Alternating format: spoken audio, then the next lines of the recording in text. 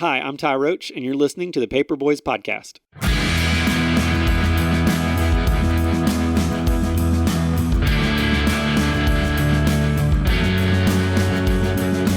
We are joined via telephone Brian Simmons of SimmonsRatings.com. Brian, thanks for being with us. Thanks for having me, guys. I was telling Brian that, we've had the News Times football pigskin pick'em panel, say that 5 times fast, for, as long as I've been here, I think. 18 years I've been here. I think we've been doing that for about 15 now. And, man, we are all super devotees of SimmonsRatings.com. Brian does predictions for high school football. He does college and NFL as well. But we're mostly interested, I think, in high school with our picks because we can do plenty of research on our own for college and NFL. But if you're going to do some research for high school, Brian's the way to go. Brian, before we get started on the site, just tell us a little bit about yourself. Give us a bio of born and raised and how you got to where you are now. Well, I've always been a North Carolina native. I was born in Kinston, actually. I graduated from East Duplin High School in 1990. Currently living in the Triangle area with a wife and 3 kids who are all about to be teenagers, which is kind of scary. I'm going to have 3 teenagers at once. I currently am a paralegal with Hutchins Law Firm in Fayetteville, North Carolina, and have been doing that for about 20 years now. Still love it. And went to Carolina and then state, right? That's correct. Yep. And Actually, I have a meteorology degree from NC State, which I've never actually used for anything. But so meteorology, paralegal, sports. Got it. All the boxes. Yeah. Jack of all trades, master of none. Well, were the hopes of being the local meteorology weekend guy for the local TV station? Was that the plan to begin with? Yes, possibly. Yeah. And what got out of school and was like, nope, I'm not interested in that anymore. Yeah. I've always loved high school football, though, and that's been something I've been following since I was in really middle school. Even now, I used to be the elementary school reporter for the newspaper. Nice. And going to East Duplin High School, did that just deepen your love of high school football? Yes. I sort of came up in high school about the time that Brian Aldridge became coach there and sort of turned our school around because we were sort of the laughingstock for the first 20 years of our existence until he got there. And then he sort of, instantly gave us success. And still remember the time that we beat Wallace Rose Hill for the first time in 1988. We all rushed the field. That was pretty awesome. And did you grow up a State fan? No, actually, I was a Carolina fan growing up. I sort of became a State fan once I changed schools. And what was your pro team growing up? Philadelphia Eagles, still is. Oh, well, you're doing pretty well these days. I was sort of a Ron Jaworski fan. Oh, wow. Growing up. So I think that's what got me started on the Eagles. So you started Simmons Ratings pretty much year in, year out, about 2007, is that right? Yes, officially for a website, but I've been tracking ratings long before.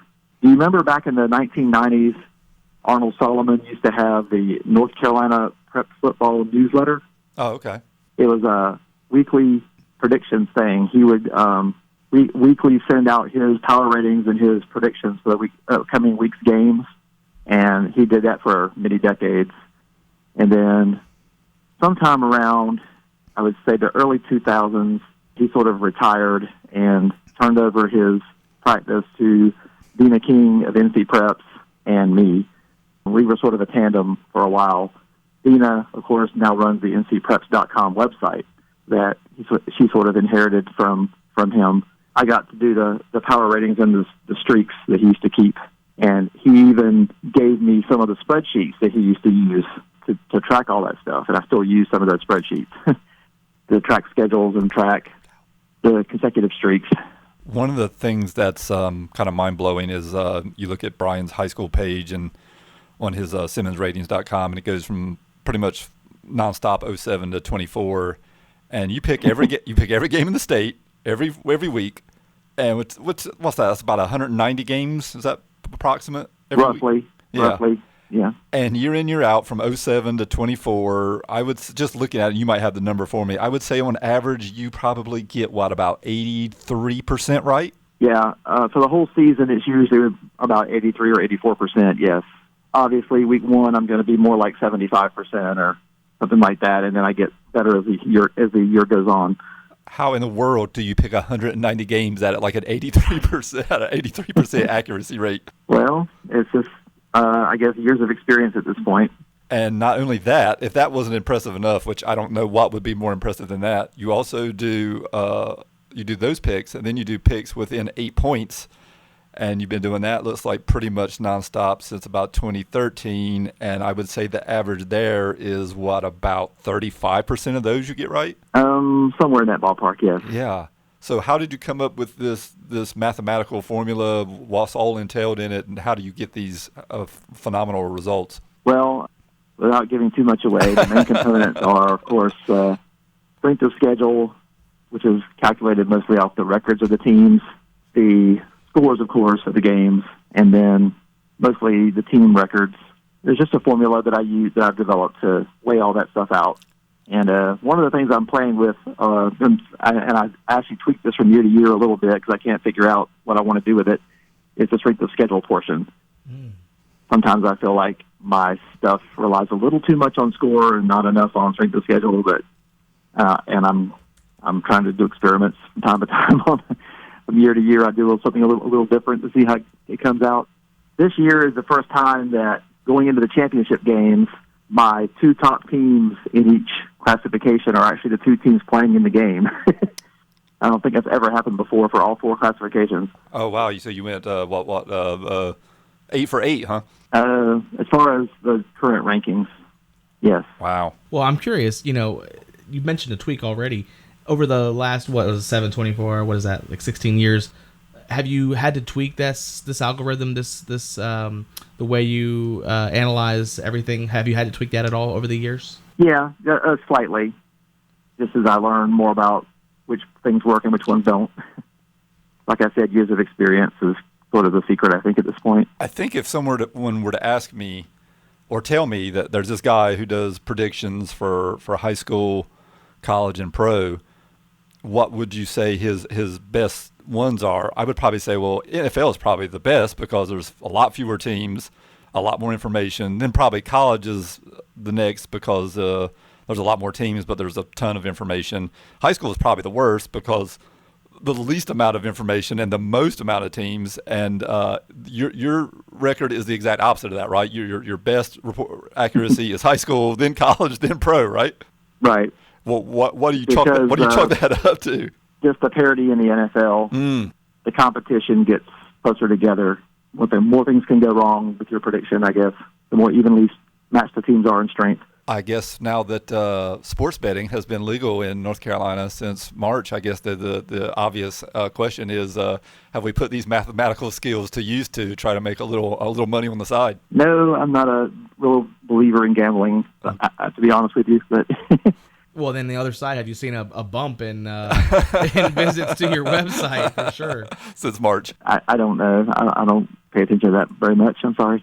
No, it's okay. Well, I think one of the most interesting things about this is I remember when I first started at this job, 2013, and I would ask JJ, how do they come up with these rankings? And you pointed me in the direction of this website, and I remember opening it for the first time and thinking, this person has taken an incredible amount of time and effort to put this out there.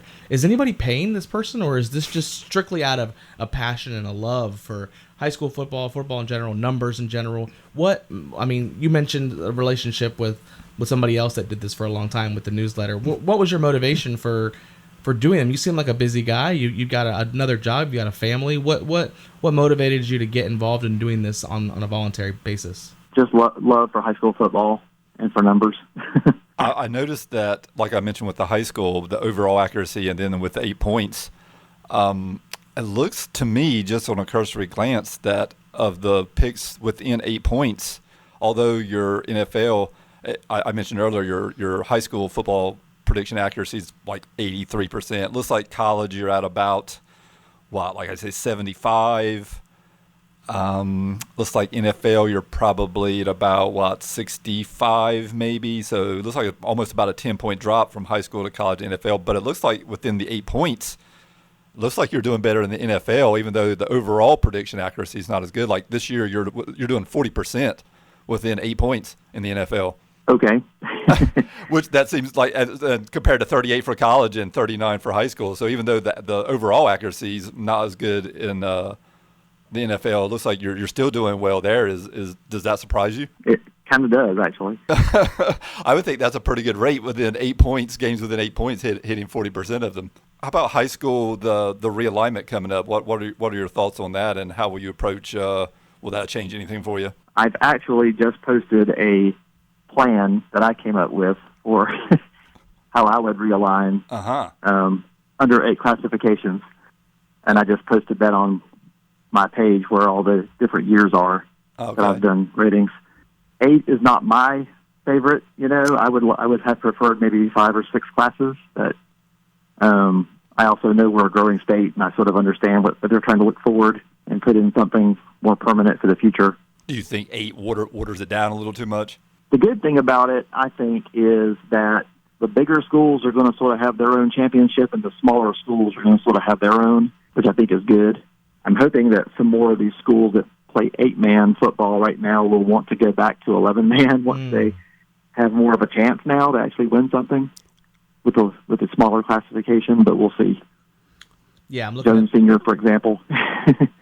Yeah, and I see you've got a couple of schools like Hatteras and Columbia and Matamusket or cooked together. The people that don't have football at all, and there's a lot of things to consider, and that's one of the things I find fascinating about a website like this. JJ and I, we're local sports reporters. We focus really heavily on a hyper local level, and we don't get to see a lot of trends that take place on a broader scale. As somebody who's been keeping up with this for a decade and a half now, or maybe more. Have there been any sort of trends in high school football? You mentioned parity in the NFL. Is there more parity now than when you started, or is there less parity, do you think, as the state grows and we kind of get all these different realignments? I don't think I really see a difference. Okay. There's always going to be your really great, powerful teams, and there's always going to be your really, not so great, very, very small teams. How closely do you follow the high school football season, or are you just like looking at the numbers? You go to Max Preps or NC Preps or wherever you need to get these numbers, or are you reading newspaper articles all over the state, or is it just strictly a mathematical formula? Some of both. I do read some articles when I have time. That's the thing, is I don't have a lot of time to read articles. Sure. I would like to read more, but mostly I just do the ratings, and that's what I have time to do. Does anything stand out to you about this high school season and how it went down? The teams that I think are sort of the traditional powers have been showing pretty strong here in the playoffs. Other than Reedsville. Reedsville got knocked off early this year, but the Huffs, the Mallard Creeks, the Grimsleys, the Rosevilles, the 71st here lately, who've been playing really well. How about your Panthers? How'd you feel about their season out of East Duplin? Had a little bit of a down year this year. I don't think our defense was quite as strong this year as it has been in past years. But we had a 10-0 JV team this year, so hopefully that will turn around a little bit next year. Do you have any predictions for as far as the college playoff or the Super Bowl? Well, right now in the NFL, I've got I haven't done this week's stuff on that yet, but I did have Detroit 1 and Buffalo 2 actually going into this week, and then Buffalo just went into Detroit and won. So we'll see if Buffalo can surpass them. But as an Eagles fan, I'm certainly hoping that they will pull things out. I'm sort of waiting for Saquon Barkley to get hurt, just since he always was hurt before. His whole career, I'm just kind of waiting as an Eagles fan. Okay, when is he going to blow his knee out? Right. But we look good right now. We'll see how it turns out. Of course, with the NFL, you can never bet against Patrick Mahomes, even if he is a little hobbled now. But always bet on the Chiefs until somebody beats them. Have you ever? It just occurred to me, Ryan. Have you ever been in a setting where you've met someone new and you say Brian Simmons and somebody recognizes the Brian Simmons? That's what I said. Yeah, for sure. There is one attorney that I work with who's up in the Oxford area who follows me pretty closely. And every time he sees me, he asks me, "How are his ratings going?" He's a Clemson fan, so he always wants to know how Clemson's doing. Yeah. I think if we were just randomly to meet in a restaurant or something, and you introduced yourself as Brian Simmons, I'd be like, "Wait a minute, that Brian Simmons?" Right. Yeah, I never do. And how much? And you've been doing this since 2007, pretty much nonstop. About how much time does this take during football season? Just for high school, I probably spend, I would say, 10 to 12 hours a week on it. Okay. I sort of try to sneak it in at night mostly, whenever I have time after work. Football's your hobby. NFL takes me a couple hours a week. College probably takes more like 7-8 hours a week, Okay. something like that. So it's definitely a hobby during August to November, especially. I imagine you probably sit down and analyze a lot of these teams before the season starts, right? And then you're in mid-season form, then you're in playoff form, and seeing how things shake out, and obviously who beats who by how many, and it all affects the numbers. And is there a particular time that is the favorite for you each year you do this? I would imagine preseason is the toughest. Yeah. For high school, I try to sort of go off of as best the information I can collect, starters coming back. I do look at how the JV team did the year before. Okay. Try to factor that in. I try to not move the numbers too much off of what they did last year, because a lot of times the traditional powers are the traditional powers and it doesn't change.